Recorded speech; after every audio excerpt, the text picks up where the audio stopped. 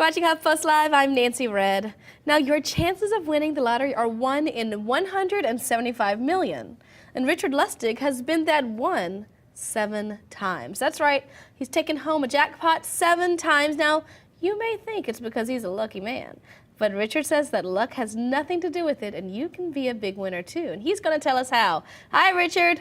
Hi, Nancy. How are you today? I'm good. I'm looking at your book right here. It's right here on Amazon. Learn how to increase your chances of winning the lottery you had to cross out number 6 from a 7-time grand prize lottery winner. How many years have you been playing the lottery to have won 7 times? 100, 200 years? I started playing the lottery when it came to Florida, which was about 25 years ago.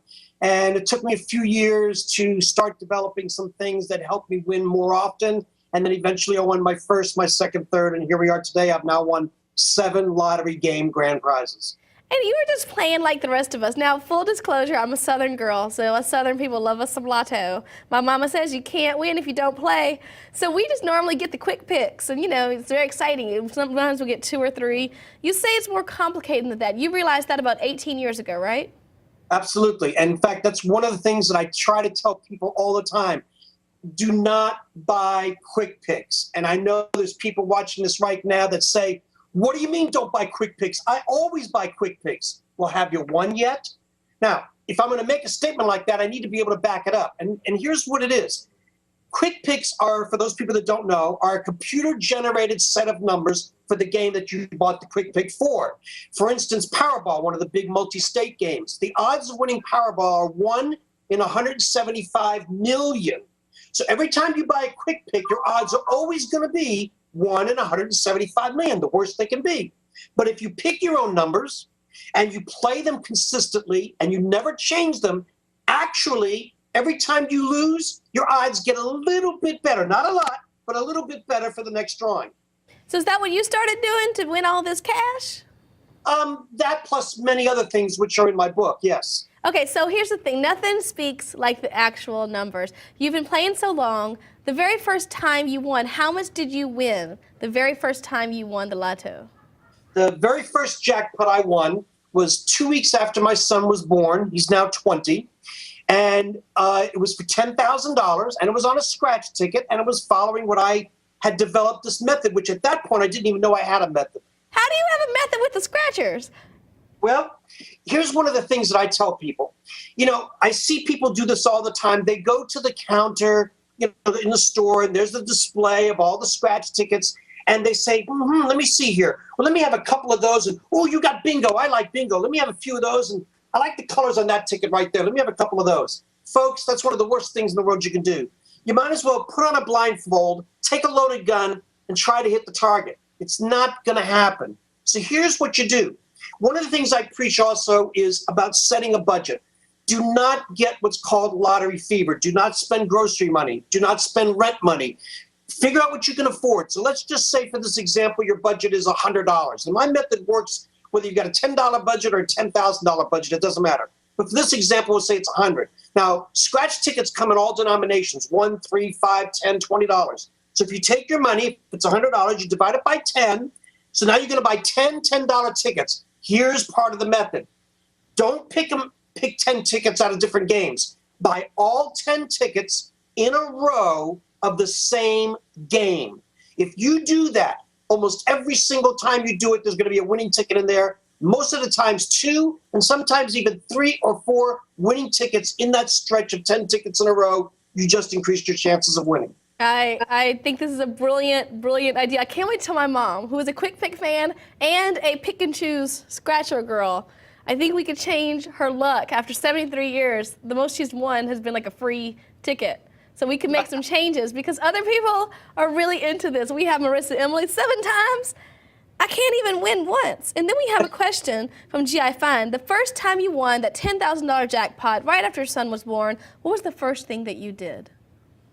At that time, we were like everybody else. We were living paycheck to paycheck, and we had insurance. But as I said, I won that 2 weeks after my son was born, and the insurance doesn't cover all the medical bills, so we didn't know how we were going to pay the rest of the bills. And we were also living in an old house, and we had a leaky roof, and it's just like it's seen in the movie. Every time it rained, we'd put the buckets out to catch the water. So when I won that first grand prize, the first thing I did was I paid off the hospital and I got our roof repaired.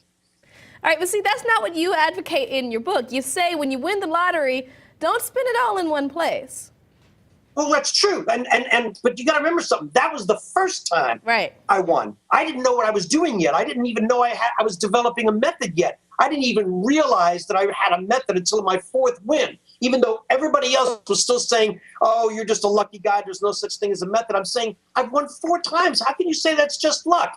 But when I won my 5th grand prize, now people started to say, okay, wait a minute here. Nobody can be that lucky. What's your secret? That was the big question I got. And ever since then, that's what this has all been about. Okay, so that's what it's all been about. You figured it out around the 4th time. Here's the thing. We have so many stories out there talking about winning the lotto ruined them. Because what's the largest amount you've won in a lotto jackpot? Okay. The largest amount I've won was win number 5, and that was $842,000. So that's enough to make a lot of people crazy. Here's why you made a comment about sometimes winning the lottery ruins people. What happens is you get somebody who's never had that kind of money in their life, and they win this big, giant grand prize. What do? They go crazy. They start throwing parties and spending money on all kinds of stuff and buying fancy cars and whatever. Folks, if you are fortunate enough to win a grand prize, the very first thing you should do is seek financial help. Get a financial planner, an accountant, a lawyer. Make sure whoever you get is a reputable person with a good reputation, and then have them help you just decide what to do with that money. The first thing you should do is pay off all your bills, set up a future plan of investments and stuff to protect yourself for the rest of your life, and then you go out and buy the talking cars. Okay, so but you are a fan of the cars. You've gotten the cars, but here's what I want to know. You've been with your wife for longer than the lotto has existed in Florida. Has all of the fame, all of the fortune, has it ever affected your relationship? Absolutely not. No offense against you or any other woman in the world, but I am married to the woman.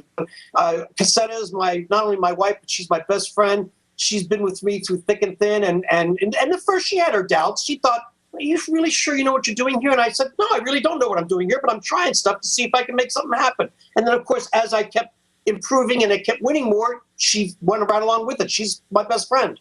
I love it. Now, when you're spending all this money, because how much in total? You've won a lot, but you've also spent a lot to win the lottery. How much in total do you think you have spent on lottery tickets? I wish I knew the answer to that, because I get that asked a lot now.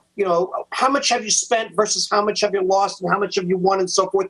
You got to remember, again, the first 10, 15 years or so, I didn't know what I was doing. I was experimenting. I had no idea I was going to write a book. I mean, that was the farthest thing from my mind. So I never kept track of anything. All I know is this, that I'm still able to play. I'm still winning. And I'm playing with lottery money. And I'm having fun doing it. I love it. Okay, of all of the things you've purchased with all of the money, which is over $1 million, right, that you've won with these 7 lotto jackpots.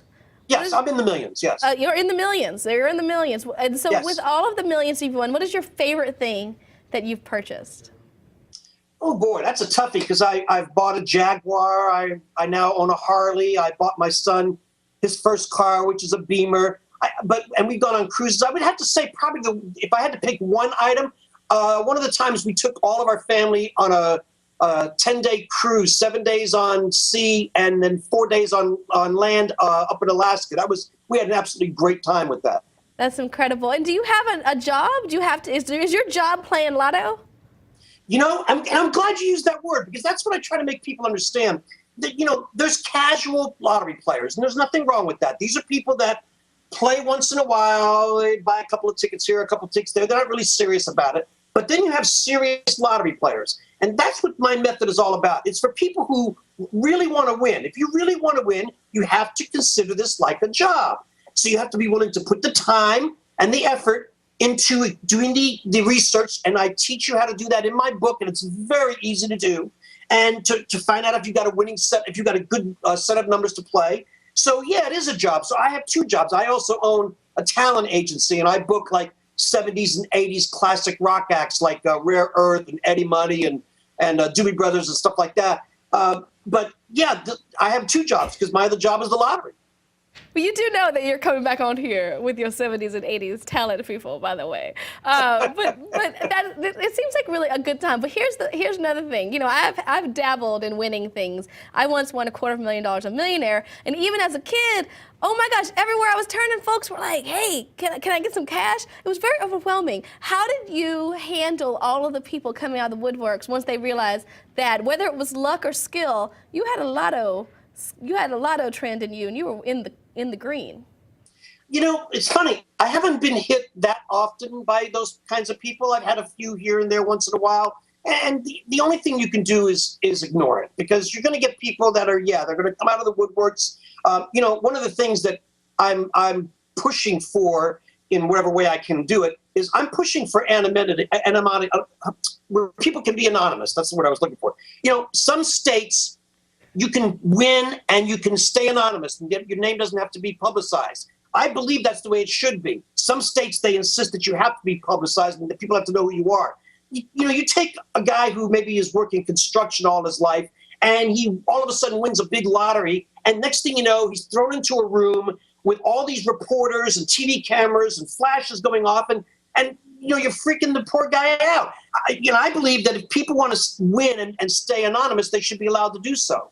Me, I'm used to it. I've been in the entertainment business all my life, so it doesn't bother me. Well, here's the thing. It doesn't bother you, but hopefully, I think people, if they had to choose between millions of dollars and being anonymous, they might choose millions of dollars. And in that case, they might want to take a look at your book. Learn how to increase your chances of winning the lottery. And I'm tickled that you've been able to join us. I have to say, I rarely say this, but your wife is a lucky, lucky lady. Well, I'm actually the lucky, lucky guy that she married. Obviously, she is priceless, and so are you. It's been fantastic talking with you, Richard, but I gotta go. I gotta go with my lotto. I do have one last question, really quickly. If you had to choose, would you put your cash in the Powerball or the Mega Millions, or would you put it in scratch-offs? Which would you choose? Which would I choose, or what do I recommend people to choose? What do you recommend people choose? Okay, that's a different question, because what I recommend people to choose is, what I'm trying to teach, it's not that people are stupid, it's just they don't know how to play. So what I'm trying to do is to teach people, don't play with greed, play with smarts. Yes, you'd love to win 40 million or 100 million, but if you don't have enough money to play a lot, you only got a little bit, go after the games with the smaller jackpots. Yes, 40 million would be great, but most people today, if they only won $100,000, that could be life-changing for them. So play the games with the smaller jackpots because you have better chances of winning. So the scratch-offs. Scratch-offs is one of those, but there's also ball games that have smaller grand prizes. All right.